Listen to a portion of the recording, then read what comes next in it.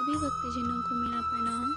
आज हम श्री गर्ग संहिता में गोलोकखंड के अंतर्गत 11वां अध्याय भगवान का वसुदेव देवकी में आवेश, देवताओं द्वारा उनका स्तमन, आविर्भाव काल, अवतार विग्रह की झांकी, वसुदेव देवकी कृत भगवत स्तवन, भगवान द्वारा उनके पूर्व जन्म के वृत्तांत वर्णन पूर्वक अपने को नंद भवन में पहुंचाने का आदेश, कंस द्वारा नंद कन्या योग माया से कृष्ण के प्राकट्य की बात जानकर पश्चाताप पूर्वक वसुदेव देवकी को बंधन मुक्त करना, क्षमा मांगना और दैत्यों को बालवध का आदेश देना की कथा करेंगे।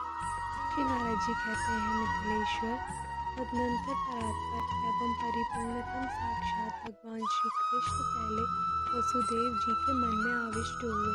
भगवान का आवेश होते ही महामना वसुदेव सूर्य, चंद्रमा और अग्नि के समान महान तेज से उद्भासित हो उठे, मानो उनके रूप में दूसरे यज्ञ नारायण ही प्रकट हो गए हों। फिर सबको अभय देने वाले श्री कृष्ण देवी देवकी के गर्भ में आविष्ट हुए। इससे उस कारागृह में देवकी उसी तरह दिव्य दीप्ति से दमक उठी जैसे घनमाला में प्रफुल्ला चमक उठती है। देवकी के उस तेजस्वी रूप को देखकर कंस मन ही मन भय से व्याकुल होकर बोला, यह मेरा प्राणहंता आ गया, क्योंकि इसके पहले यह ऐसी तेजस्विनी नहीं थी। इस शिशु को जन्म लेते ही मैं अवश्य मार डालूंगा। यूँ कहकर वह भय से विह्वल हो उस बालक के जन्म की प्रतीक्षा करने लगा। भय के कारण अपने पूर्व शत्रु भगवान विष्णु का चिंतन करते हुए वह सर्वत्र उन्हीं को देखने लगा। अहो, दृढ़तापूर्वक वैर बढ़ जाने से भगवान कृष्ण का भी प्रत्यक्ष की भांति दर्शन होने लगता है। इसलिए असुर श्री कृष्ण की प्राप्ति के उद्देश्य से ही उनके साथ वैर करते हैं। जब भगवान गर्भ में आविष्ट हुए तब ब्रह्मादि देवता तथा अस्मदादि नारद प्रभृति मुनीश्वर वसुदेव के ग्रह के ऊपर आकाश में स्थित हो भगवान को प्रणाम करके उनकी स्तुति करने लगे। देवता बोले, जागृत, स्वप्न आदि अवस्थाओं में प्रतीत होने वाले विश्व के जो एकमात्र हेतु हुए हैं, वे भी अहेतु हैं, जिनके गुणों का आश्रय लेकर ही ये प्राणी समुदाय सब ओर विचरते हैं, तथा जैसे अग्नि से निकलकर सब ओर फैले हुए विस्फुलिंग चिंगारियाँ पुनः उसमें प्रवेश नहीं करते, उसी प्रकार महतत्व, इंद्रिय वर्ग तथा उनके अधिष्ठाता देव समुदाय जिनसे प्रकट हो पुनः उनमें प्रवेश नहीं पाते, उन परमात्मा आप भगवान श्री कृष्ण को हमारा सादर नमस्कार है। बलवानों में भी सबसे अधिक बलिष्ठ यह काल भी जिन पर शासन करने में समर्थ नहीं है, माया भी जिन पर कोई प्रभाव नहीं डाल सकती, तथा नित्य शब्द वेद जिनको अपना विषय नहीं बना पाता, उन परम अमृत प्रशांत शुद्ध परात्पर पूर्ण ब्रह्म स्वरूप हम भगवान की शरण में आए हैं, जिन परमेश्वर के अंशावतार, अंशावतार, फलावतार, आवेशावतार तथा पूर्णावतार सहित विभिन्न अवतारों द्वारा इस विश्व की सृष्टि पालन आदि कार्य संपादित होते हैं, उन्हीं पूर्ण से भी परिपूर्णतम भगवान श्री कृष्ण को हम प्रणाम करते हैं। प्रभु, अतीत, वर्तमान और अनागत भविष्य मनवंतरों, युगों तथा कल्पों में आप अपने अंश और कला द्वारा अवतार विग्रह धारण करते हैं, किंतु आज ही वह सौभाग्यपूर्ण अवसर आया है जबकि आप अपने परिपूर्णतम धाम तेजपुंज का यहाँ विस्तार कर रहे हैं। अब इस परिपूर्णतम अवतार द्वारा भूतल पर धर्म की स्थापना करके आप लोक में मंगल तथा कल्याण का प्रसार करेंगे। आनंद कंद देवकी नंदन, आपकी जो चरण रज विशुद्ध अंतःकरण वाले योगियों के लिए भी दुर्लभ और अगम्य है, वही उन बड़भागी भक्तों के लिए परम सुलभ है, जो अपने निर्मल हृदय में भक्ति योग धारण करके सदा प्रीति रस में निमग्न हो द्रवित चित्त रहते हैं। शिशु रूप में मंद मंद विचरने वाले आपके चरणारविंदों के मकरंद एवं पराग को हम सानुराग सिर पर धारण करें, यही हमारी आंतरिक अभिलाषा है। आप पहले से ही परम कमनीय कलेवरधारी हैं और यहाँ इस अवतार में भी उसी कमनीय रूप में आप सुशोभित होंगे। आपका रूप कोटि शत कामदेवों को भी मोहित करने वाला और परम अद्भुत है। आप गोलोक धाम में धारित दिव्य दीप्ति राशि को यहाँ भी धारण करेंगे। सर्वोत्कृष्ट धर्म धन के धारिता आप श्री राधा वल्लभ को हम प्रणाम करते हैं।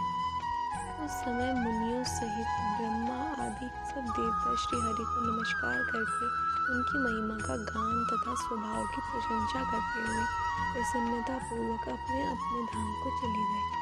मिथिला सम्राट बहुलाश्व तदनंतर जब श्री हरि के प्राकट्य का समय आया, आकाश स्वच्छ हो गया, दसों दिशाएं निर्मल हो गईं, तारे अत्यंत दीप्त हो उठे, भूमंडल में प्रसन्नता छा गई, नदी नद सरोवर और समुद्र के जल स्वच्छ हो गए। सब ओर सहस्त्र तथा शतदल कमल खिल उठे, वायु के स्पर्श से उनके सुगंध युक्त पराग सब दिशाओं में फैलने लगे। उन कमलों पर भ्रमर गुंजार करने लगे, शीतल मंद सुगंध वायु बहने लगी। जनपद और ग्राम सुख सुविधा से संपन्न हो गए, बड़े बड़े नगर तो मंगल के धाम बन गए। देवता ब्राह्मण पर्वत वृक्ष और गौएं सभी सुख सामग्री से परिपूर्ण हो गए। देवताओं की दुंदुभियां बज उठी, साथ ही यह जय जयकार की ध्वनि सब ओर व्याप्त हो गई। महाराज, जहाँ तहाँ सब जगह सबका परम मंगल हो गया। गायन कला में निपुण विद्याधर गंधर्व सिद्ध किन्नर तथा चारण गीत गाने लगे। देवता लोग श्रोत कर उन परम पुरुष का स्तवन करने लगे। देवलोक में गंधर्व तथा विद्याधारियां आनंद मग्न होकर नाचने लगी। मुख्य मुख्य देवता पारिजात मंदार तथा मालती के मनोरम फूल बरसाने लगे और मेघ गर्जना करते हुए जल की वृष्टि करने लगे। भाद्रपद मास कृष्ण पक्ष रोहिणी नक्षत्र हर्षण योग तथा वृष लग्न में अष्टमी तिथि को आधी रात के समय चंद्रोदय काल में, जबकि जगत में अंधकार छा रहा था, वसुदेव मंदिर में देवकी के गर्भ से साक्षात श्री हरि प्रकट हुए। ठीक उसी तरह जैसे अरण्यकाष्ठ में से अग्नि का आविर्भाव होता है। कंठ में प्रकाशमान स्वच्छ एवं विचित्र मुक्ताहार, वक्ष पर शोभा प्रभा समन्वित सुंदर कौस्तुभ मणि तथा रत्नों की माला, चरणों में नूपुर तथा बाहों में बाजूबंद धारण किए भगवान मंडलाकार प्रभापुंज से उद्भासित हो रहे थे। मस्तक पर किरीट तथा कानों में कुंडल युगल बाल रवि के सदृश उदीप्त हो रहे थे। कलाइयों में प्रज्वलित अग्नि के समान कांतिमान अद्भुत कंकण हिल रहे थे। कटी की करधनी में जो डोर या जंजीर लगी थी, उसकी प्रभा विद्युत के समान सब ओर व्याप्त हो रही थी। कंठ देश में कमलों की माला शोभा पाती थी, जिसके ऊपर मधु लोलुप मधुकर मंडरा रहे थे।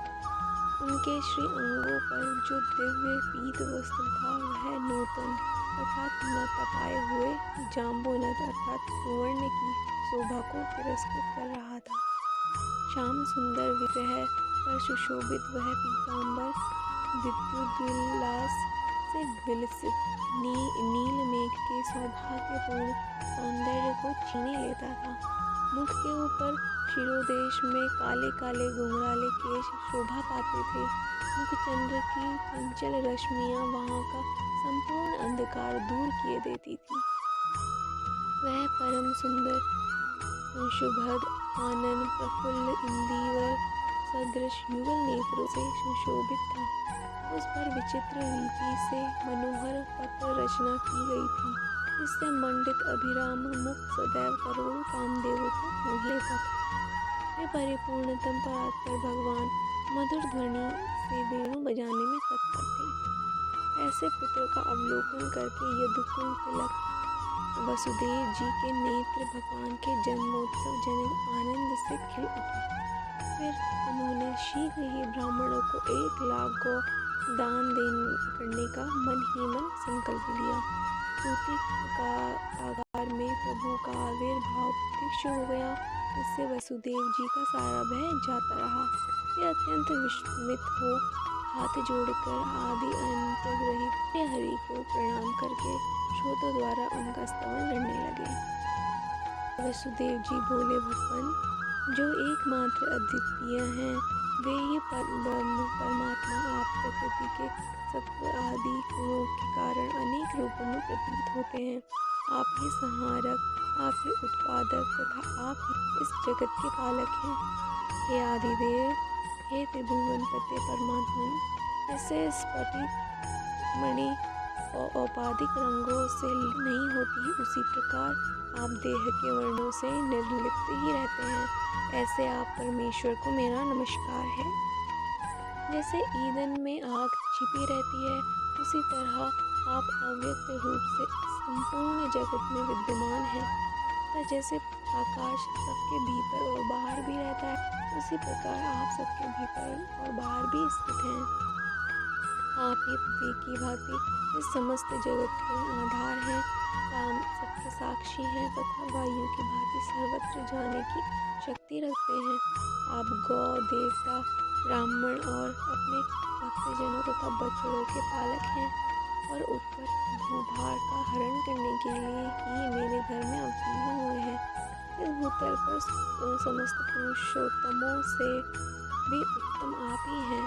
भुवनपते, पापी कंस से मुझे बचाइए। श्री नारद कहते हैं, मिथिलापति, सर्व देवता स्वरूपिणी देवकी को भी यह ज्ञात हो गया कि मेरे घर में परिपूर्णतम भगवान साक्षात श्याम सुंदर श्री कृष्ण का आविर्भाव हुआ है। अतः वे भी उन्हें नमस्कार करके बोली।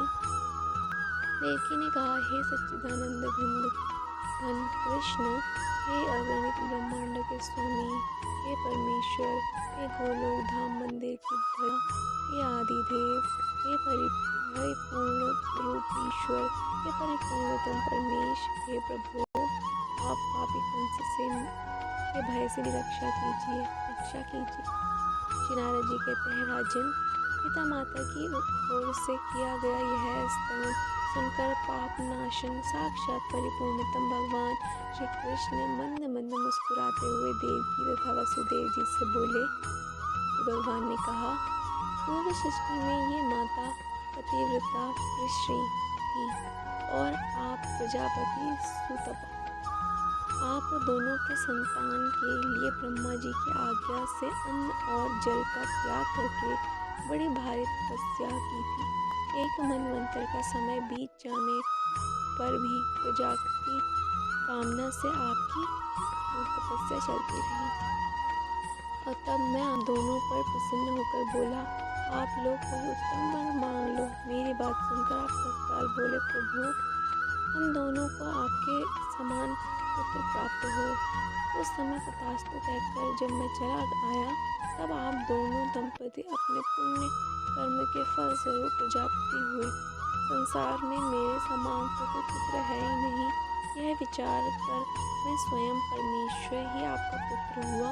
यह समय भूतल में कृष्णी गर्भ नाम से विख्यात हुआ। फिर दूसरे जन्म में जब आप कश्यप और अदिति हुए, तब मैं आपका पुत्र वामन आकार वाला उपेंद्र हुआ। उसी प्रकार वर्तमान जन्म में भी मैं परात्पर परमेश्वर आप दोनों का पुत्र हुआ। पिताजी, आप मुझे नंद भवन में पहुंचा दें, इससे आप दोनों को कंस से कोई भय नहीं होगा। नंदराय जी की पुत्री को यहाँ ले आकर आप सुखी होइएगा। श्री नारद जी कहते हैं, राजन, यूँ कहकर भगवान वहाँ मौन हो उन दोनों के देखते देखते वर्तमान स्वरूप का दृश्य करके बाल रूप को पृथ्वी पर पड़ गए, जैसे किसी नट ने क्षण भर में वेश परिवर्तन कर लिया हो।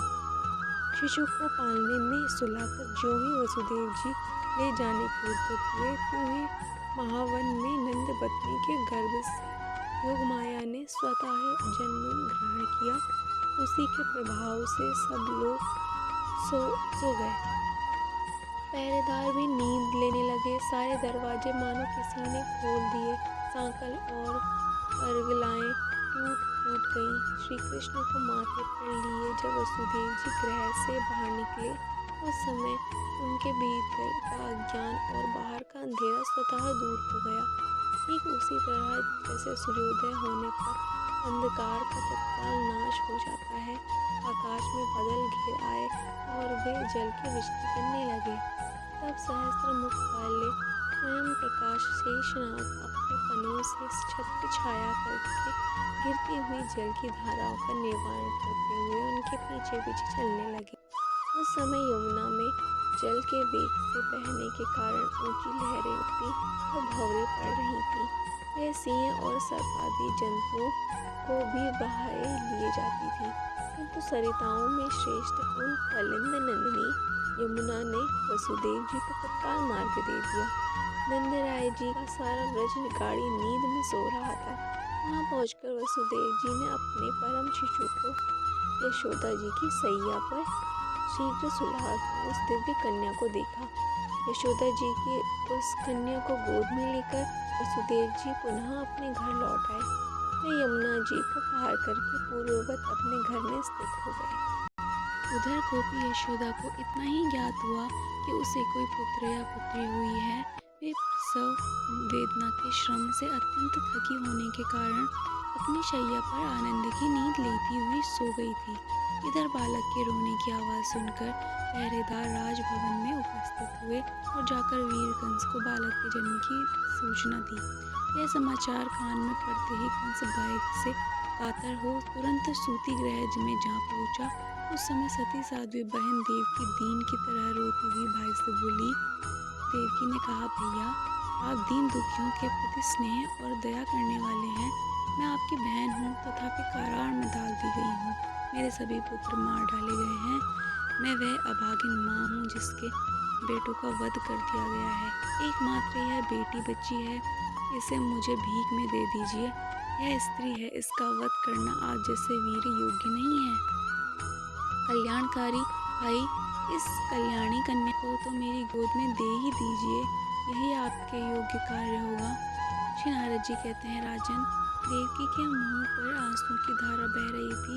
उसने मोह के कारण बेटी को आंचल में छुपाकर बहुत विनती की।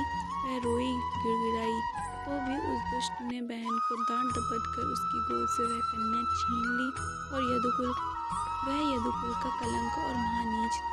सदा कुसंग में रहने के कारण उसका जीवन पापमय हो गया था।